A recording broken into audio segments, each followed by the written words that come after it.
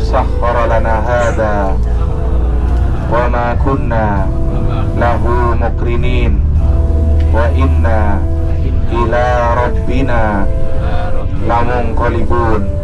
Allahumma inna nas'aluka fi safarina hadza al-birra wat taqwa wa minal amali ma tarda.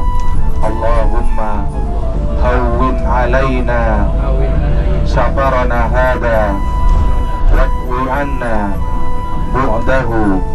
Ibu dan bapak yang berbahagia, di samping kanan ibu dan bapak ya, ini adalah rumah sakit Al-Haram emergency.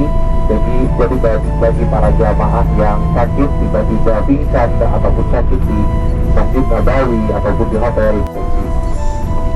Para jamaah ibu dan bapak yang berbahagia, kembali ya kita pertama-tama bersyukur kepada Allah Subhanahu wa taala atas rahmat sehat atas besar bagi kita semua, karena tanpa sehat kita semua tidak akan bisa melakukan sesuatu yang diridai oleh Allah Subhanahu wa taala, tidak bisa melakukan perjalanan ziarah, tidak bisa melaksanakan ibadah umrah, bahkan tidak bisa bekerja untuk menyambut rezekinya Allah. Kalau kita tidak sehat, karena tidak akan ada manfaatnya, tidak akan ada gunanya hartanya kalau kita tidak sehat. Jadi, dan untuk mensyukuri rasa sehat ini bisa dengan mengucapkan alhamdulillah setiap pagi, setiap saat, dan juga bisa dengan dasar takwa. Jadi Masjid Quba ini disebut di dalam Al-Quran, Bismillahirrahmanirrahim, la masjidun ussisa 'alat taqwa min awwal yaumin. Ya, masjid yang pertama kali dibangun atas dasar takwa itu adalah Masjid Quba ini. La masjidun ussisa 'alat taqwa min awwal yaumin ahaqqu an taquma fihi rijalu yuhibbuna ayyatatahharu. Jadi ibu dan bapak yang berbahagia, Masjid Quba dibangun dengan dasar takwa, kata Allah SWT, dikarenakan di Madinah Al-Munawwarah ketika Rasulullah membangun Masjid Quba ini sudah ada para sahabat Ansor yang sudah bertakwa kepada Allah Subhanahu wa taala. 15 menit cukup, 20 menit cukup ya. Yang akan kita lakukan pertama adalah salat sunnah tahiyatul masjid.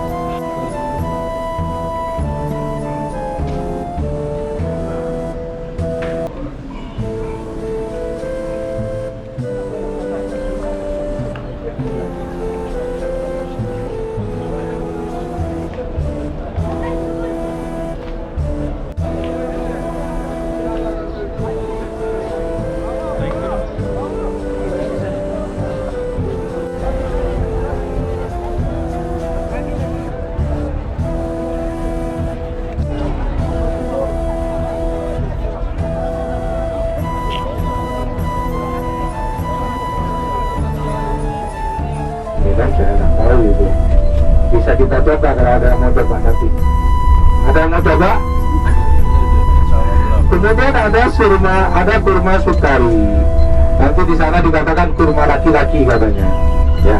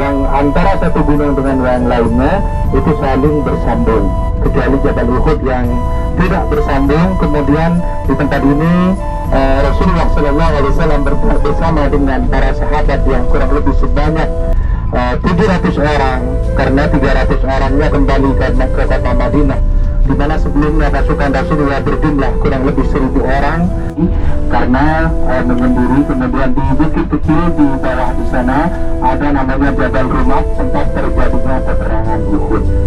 Tentang Jabal Uhud sendiri, Rasulullah mengatakan, Bismillahirrahmanirrahim, Jabalun yuhibbuna wa nuhibbuha, gunung yang sangat saya cintai dan gunung ini pun mencintai kepada saya, kata Rasulullah SAW. Terjadinya peristiwa peperangan Uhud pada tahun ketiga Hijriah atas dasar rasa dendam, iri hati dan dengki serta bermaksud untuk menghancurkan Islam.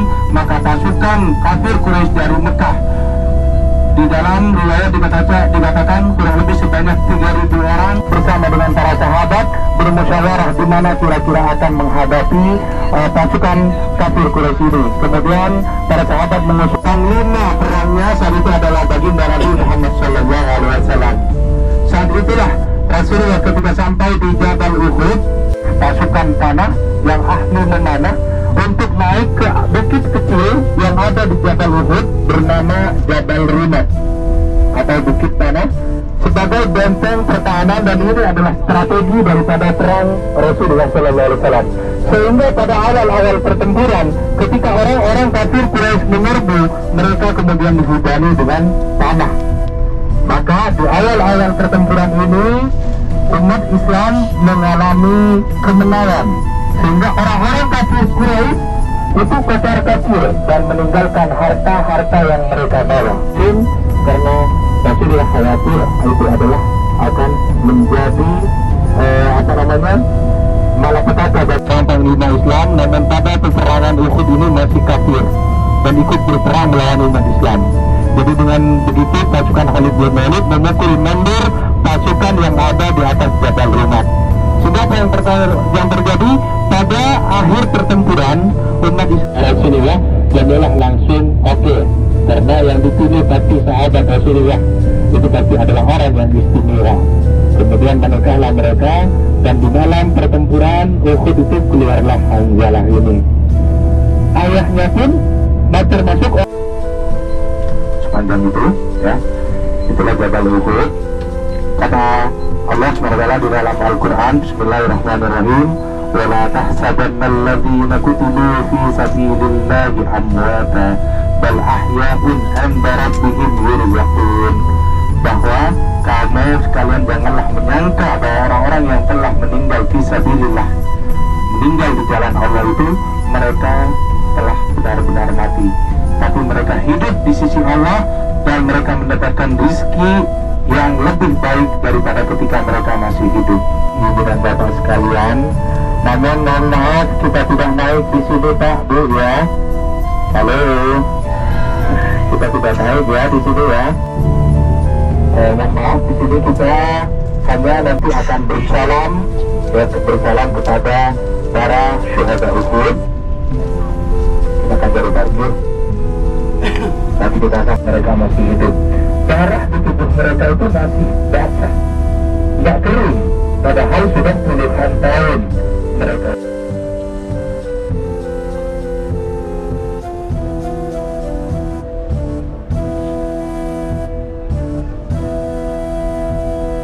Dan salam kepada para syuhada Uhud. Setiap kita melewati kuburan, walaupun bukan para syuhada, yang penting itu adalah kuburan yang umat Islam, maka kita disunahkan untuk mengucapkan salam. Dan salam itu merupakan doa kepada ahli kubur.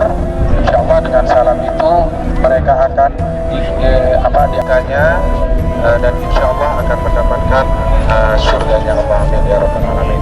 Mari kita salam bersama-sama. Bismillahirrahmanirrahim. Daraqaumin mu'minin wa inna insyaallah bikum abuna wa nahnu bil asari yaghfirullahu lana wa lakum. Assalamualaikum. Assalamualaikum. Ya ammun nabi Hamzah ibn Abdul Muttalib. Assalamualaikum. Ya Mushab ibn Umair.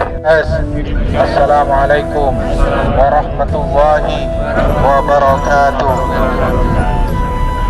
Amin ya Allah. Jadi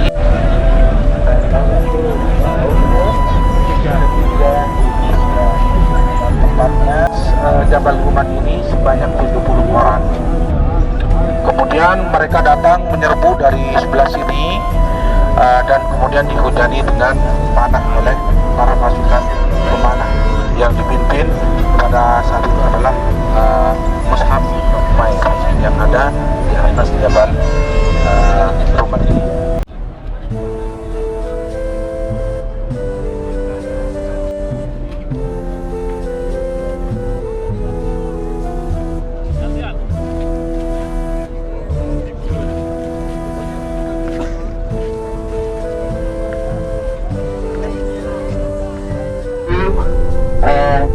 Yang memerintahkan kepada Rasulullah untuk karenakan Rasulullah SAW memang ingin sekali memindahkan kiblatnya umat Islam ini ke arah Masjidil Haram.